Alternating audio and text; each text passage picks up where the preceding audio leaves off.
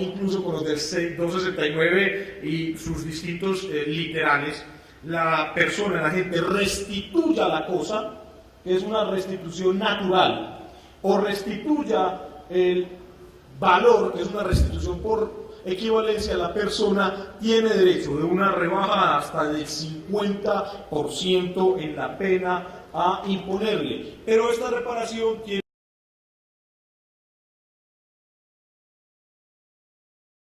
de sentencia de primera instancia. Esto es un tema que también se le puede dar una lectura desde el orden sociológico, porque quien estafa, quien defrauda, quien conoce el sistema, conoce el 269. Entonces sabe que en el peor de los casos, o con una restitución natural, o con una restitución material, se haría acreedor a una rebaja importante. Juega con esas posibilidades que le da el sistema. Y aún ahí, haciendo uso de una alternativa de orden jurídico que se le entrega, está actuando de mala fe. Está actuando de mala fe. Muy bien. Venimos a la última parte de esta exposición.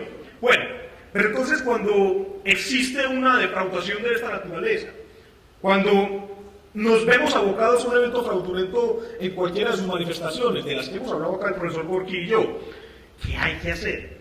¿Qué está llamada a ser esa víctima? Pues bien, esos hechos que revisten características de delito tienen que ser puestos en conocimiento de la Fiscalía General de la Nación. Y se ponen en conocimiento de la Fiscalía General en virtud de 3 vehículos: querella, denuncia o petición especial. ¿De acuerdo? ¿Qué debe contener la denuncia o querella o petición especial? Debe contener, se puede hacer por vía formal o por vía oral, pero debe contener cuando mínimo unos requisitos que son la individualización, excusas, del presunto autor o partícipe, la identificación, debe contener una relación de los hechos que constituyen el presunto delito y además una manifestación de conformidad con la cual estos en conocimiento de otra autoridad. Es a partir de que en los delitos querellables, por regla general, y en los demás formas de puesta en conocimiento de las autoridades de la noticia criminal, que se activa el proceso penal. El artículo 74 de la ley 906 del 2004 trae una figura que se denomina delitos querellables. ¿De acuerdo?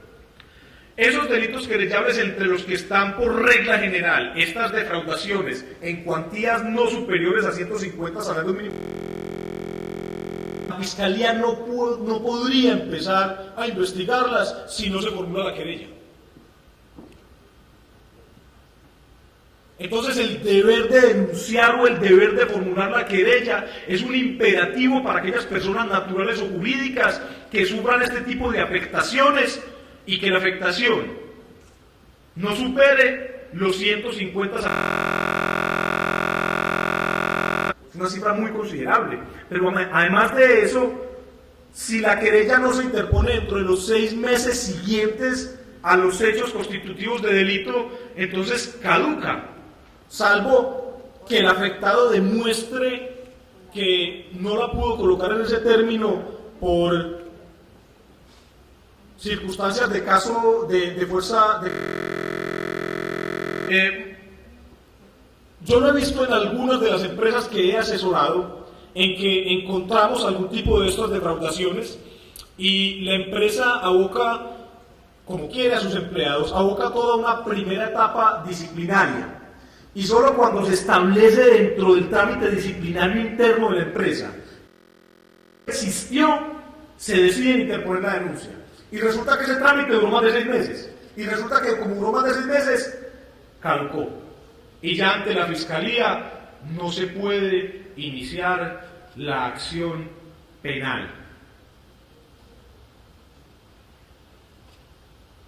Lo que estábamos hablando.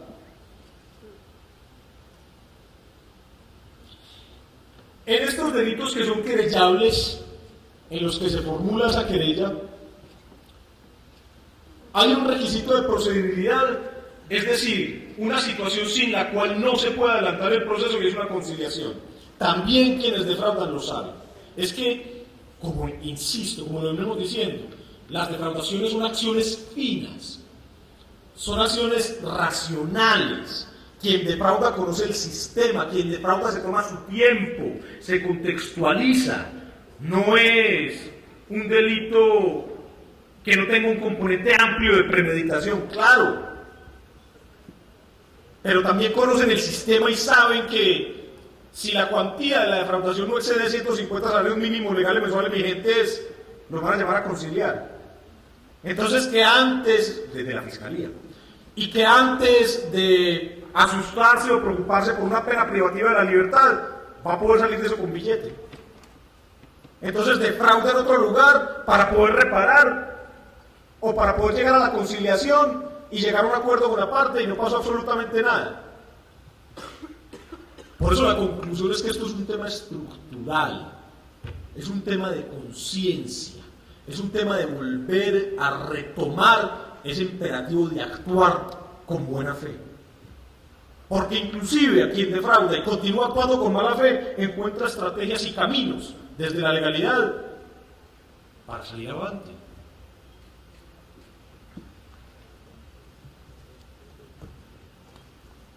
Bueno, esa es más o menos un esbozo de las defraudaciones, delitos contra el patrimonio económico, los más puntuales y cuál es la ruta, la guía metodológica de acción. No sé si tengan alguna pregunta al respecto. Buenos días, doctor Juan Sebastián. Una pregunta que me inquieta con respecto al título de valor que usted mencionó ahora en una de sus slides, es el cheque. Y precisamente como característica de título de valor es que yo lo puedo endosar, lo puedo transar o lo puedo negociar en un mercado activo. Al momento de realizar la querella, ¿debo vincular únicamente al último tenedor del título valor o puedo realizar esa querella con todos los vinculados dentro de ese mismo proceso, teniendo en cuenta a cada uno de los anteriores tenedores, o simplemente debo hacerla al titular de la cuenta? Muchas gracias. Muchas gracias. ¿Me escuchan? Sí. Esa pregunta es abiertamente interesante porque toca toda la teoría de los títulos valores. Ahí lo que tú planteas es una enajenación en cadena, ¿sí? O una transferencia en cadena de ese título valor. Regularmente lo que la experiencia indica es que la denuncia se establezca contra el último tenedor, es decir, contra quien te endosa a ti el cheque o contra quien te lo transfiere a cualquiera de los títulos. ¿Pero para qué? Porque como es una investigación penal, para identificar cuál es la responsabilidad que tiene ese sujeto y cuál es el grado de conocimiento que tiene. Si esa transferencia se da simplemente como una transferencia dolosa, tratando de defraudar el patrimonio de ese tercero, si él sabía, si no sabía o si simplemente estaba actuando de buena fe. Las pesquisas, las investigaciones que se adelanten contra esa persona necesariamente establecerán en dónde está la responsabilidad, si es antes de él o si es con él. Pero entonces, volviendo a tu respuesta y puntual sintéticamente, es contra el último que te lo entrega a ti, que te lo endosa o que te lo transfiere, ¿de acuerdo? Muy bien. Buenos días. Frente al ejemplo que usted planteaba ahora sobre el error de una consignación, tuve un caso parecido, pero cuando fui a averiguar al banco a quién le había consignado, no me dieron la información. Entonces, ¿yo cómo puedo abrir un proceso contra esa persona si ni siquiera sé quién es? Muchas gracias por la pregunta. Fíjate que ese era uno de los aspectos capitales que tocamos ahorita. Yo insisto, yo creo que la obligación del banco en principio no sería la de responder, salvo que se demuestre pues, que hay alguna suerte de complicidad o de aquiescencia que dé lugar a la defraudación. Pero la obligatoriedad de suministrar la información sí la tiene la corporación financiera. Y yo creo que eso es algo que nosotros tenemos que hacerlo y movilizarnos en clave de mucho respeto, pero también de ejercicio legítimo de un derecho. Es que, espérenme, es mi patrimonio el que está en juego. Y el deber de información es una prerrogativa que a mí me asiste, luego le exijo, dígame quién es, y quién es para por lo menos solicitarle la devolución del dinero. Y si no lo hace y se descubre que ya dispuso, pues entonces para que las autoridades legales a través de un proceso penal inicien las pesquisas correspondientes y establezcan si existe responsabilidad. ¿De acuerdo? Buenos días, doctor Sebastián. Pregunta hace referencia también a lo que tiene que ver con el título de valor. Si en Colombia se considera un delito girar un cheque sin suficientes provisiones o suficientes fondos, ¿quién controla en este caso al cuentaviente? ¿O es que el afectado cuando no interpone demandas cuando éste recibe en este caso un cheque sin suficiente provisión? Es muy común, ¿por qué la pregunto? Porque la mayoría del auditorio pues, en algún momento ha escuchado o en algún momento le han entregado un cheque sin suficientes fondos. Entonces, si eso se considera un delito, pues, ¿quién controla esta función? ¿Es responsabilidad del banco o es responsabilidad del cuentaviente tener en cuenta que no tiene los suficientes fondos? Muy bien, gracias por la pregunta. La responsabilidad del banco es efectivamente acreditar que la cuenta no tiene fondos, que la cuenta no tiene respaldo. ¿Sí? Hasta ahí llegaría la responsabilidad del banco. De ahí en más, lo que decida hacer la persona, quien tiene el cheque, el portador del cheque, en contra del girador, pues está en su autonomía de la voluntad.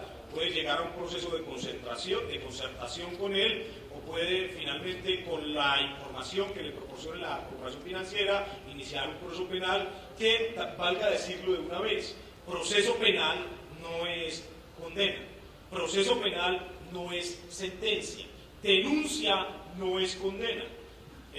La denuncia o la querella o la petición especial son métodos de activación de un procedimiento penal, que es un proceso de conocimiento en el que se parte de la duda y se termina en la certeza, artículo 381.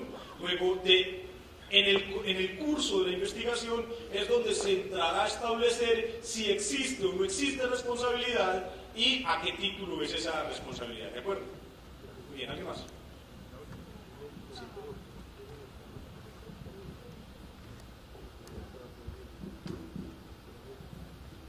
Profesor Sebastián, mi pregunta es con respecto a las transferencias bancarias.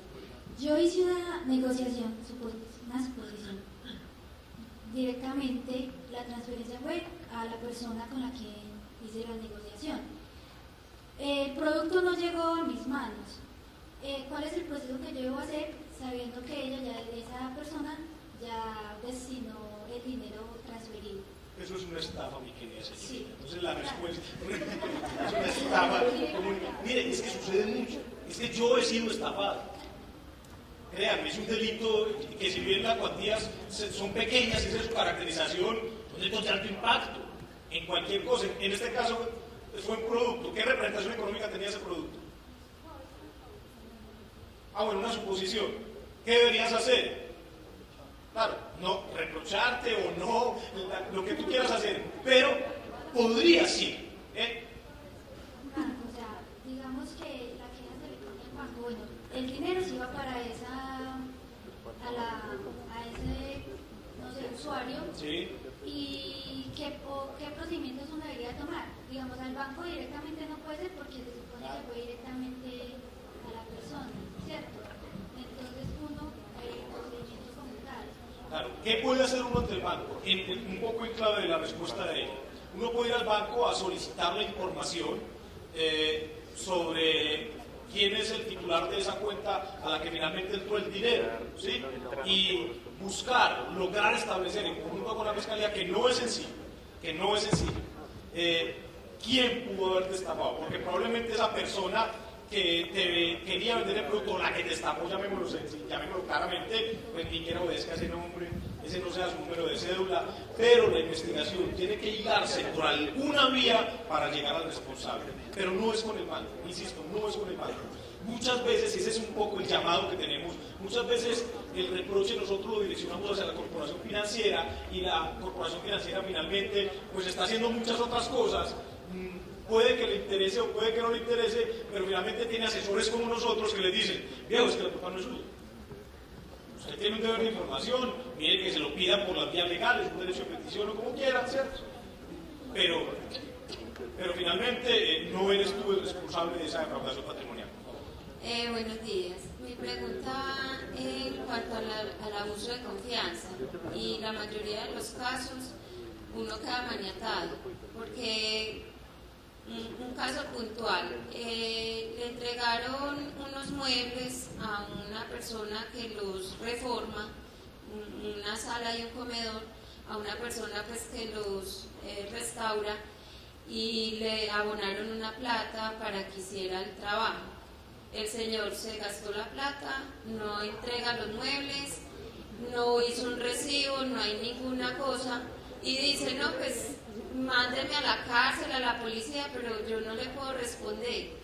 No devuelve los muebles malos, sin arreglar, no devuelve la plata, y no hay ningún recibo de que conste de que se hizo esa transacción. Literalmente es un descarado, pero entonces, ¿qué hace uno ahí? Nada, y no, pues... Sí hace, ¿qué tiene puede que hacer? denunciar, claro que tiene que denunciar, tiene que activar un proceso, ¿sí? Lo que pasa es que el proceso no es sencillo y no es rápido, no es célebre. Entonces muchas veces, claro, ¿cuál es el antídoto? La resignación.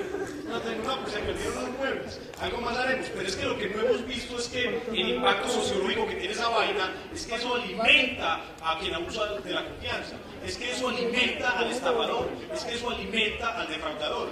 Yo creo que un poco el mensaje entre líneas que tiene que salir de aquí es que tenemos que actuar. Es que así la defraudación sea mínima, y por eso yo no vine aquí a hablar, bueno, el profe lo hizo muy bien. Habló de los impactos macros que tenía esto, pero yo quise aterrizar un poco más, lo que todos nosotros hemos vivido, lo que ha pasado, la estafa del celular de 150.000 pesos, pero también estafas de propiedades inmobiliarias en donde hay gente que entrega una cuota inicial por sus sueños, de una casita, ¿y qué pasó? Sale una constructora pirata. Yo con la concejal en Itagüí la demandaron, y ella sigue ejerciendo porque es diputada y que porque tiene que ir a las sesiones. Tenemos que denunciar y tenemos que ayudarle a la Fiscalía a probar que esos delitos existieron. Y en algún momento, cuando toda la sociedad se movilice, vamos a empezar a traer la buena fe de nuevo. Vamos a dejar de transmitir ese mensaje al defraudador, al estafador, que él se sale con la suya, que se sale con la suya porque la autoridad no actúa. Empecemos, cambiemos, volvamos a esos cánones de buena fe, a esos imperativos de conducta, y yo creo que algo podemos cambiar. Probablemente no nosotros, pero nuestros hijos. Muchas gracias.